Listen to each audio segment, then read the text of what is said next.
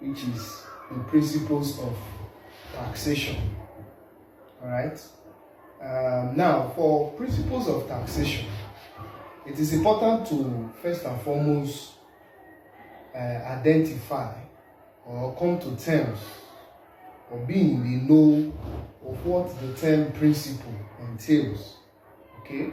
Now, for me, I see a principle is more or less like a rule. All right, a rule or theory.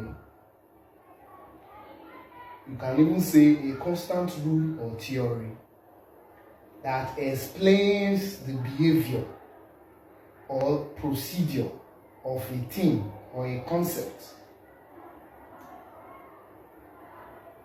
that is universal to that concept or thing, such that wherever that thing or concept is present, that rule or theory of its behavior remains constant. That is a principle. So the principle of anything is the rule or theory of the behavior of that thing, that explains how that thing operates or how that concept operates, so that you are able to identify the thing or identify the concept separate and distinct from other things and other concepts. And so when it comes to principles of taxation, it is not any different. All right? When you talk about principles of taxation, you are talking about that rule of taxation or theory of the behavior of taxation as a concept that distinguishes it from other concepts. Those are what we identify as its principles. Okay? So that wherever those principles are present, you can identify without any difficulty that this is taxation or this is a tax.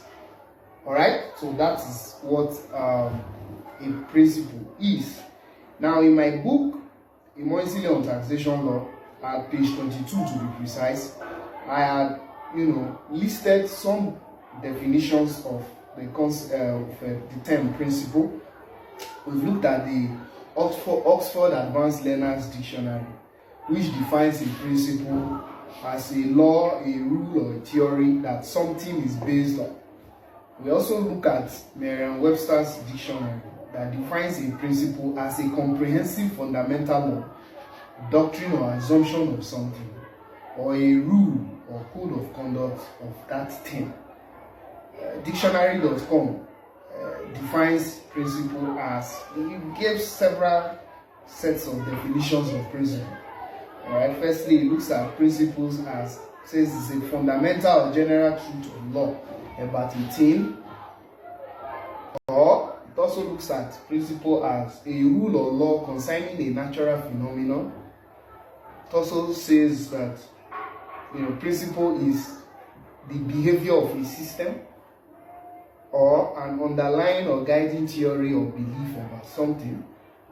It's also a constituent of a substance that gives the substance its characteristics. Cambridge Dictionary defines principle as a basic idea or rule that explains or controls how something happens or works. Okay, so this is basically it.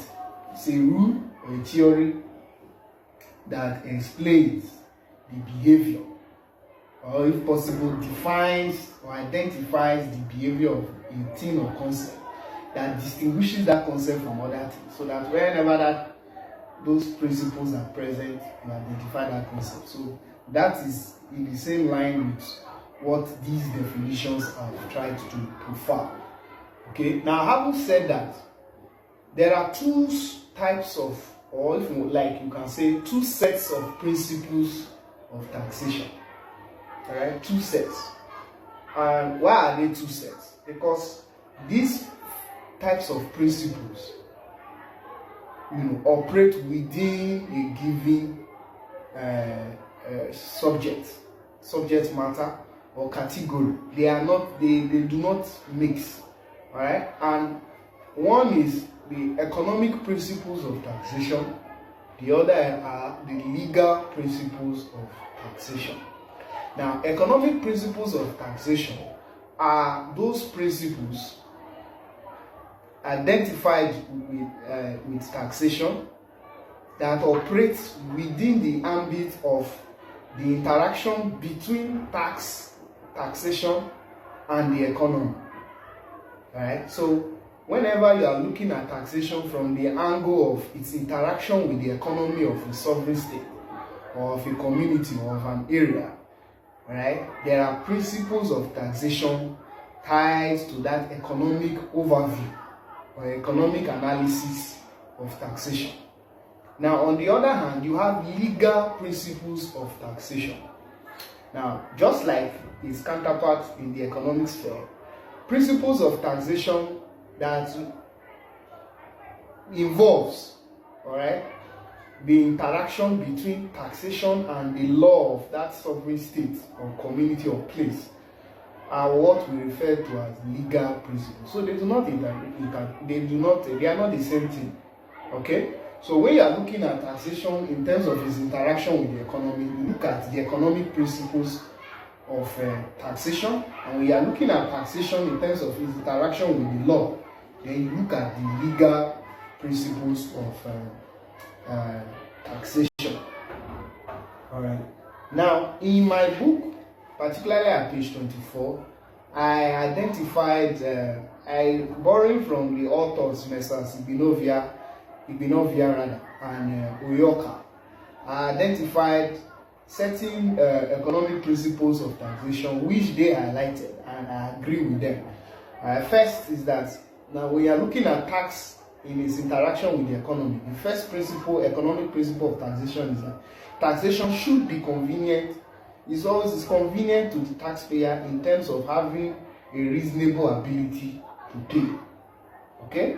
So whenever any levy from government is by all reasonable standards and objectivity above the means of the person upon whom that levy is being imposed, it is not a tax. For it to be taxed, it must be convenient. All right, it must be convenient, and the measurement of this convenience is not a subjective one. All right, because somebody can have 1 billion naira and he feels that paying 1 million as tax is inconvenient. So it's not a subjective test. Okay, it is an objective one by a reasonable bystander looking at the levy, whether this levy is within the means of the person. So a person who is earning 50,000 naira per annum and is being asked to pay 2 million per annum, that is not tax. All right, that has to be some kind of punishment or fine or something. So the first economic principle of taxation is that taxation is convenient to the taxpayer in terms of having a reasonable ability to pay. Then the second principle of taxation is that taxation is less complex and is simple. All right. So, and of course, this usually comes out to play where there is a dispute. The more cumbersome a tax is, the less likely that it will be approved by courts of law or tax appeal tribunals in wherever disputes arise.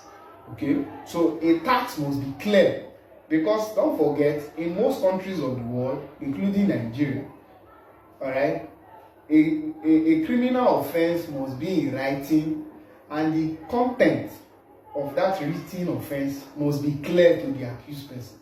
And so, since tax has, a criminal implication where there is a default in its payment, it is covered by that requirement of, being a written law prescribing a crime, which must be clear and easily identifiable by the subjects of it.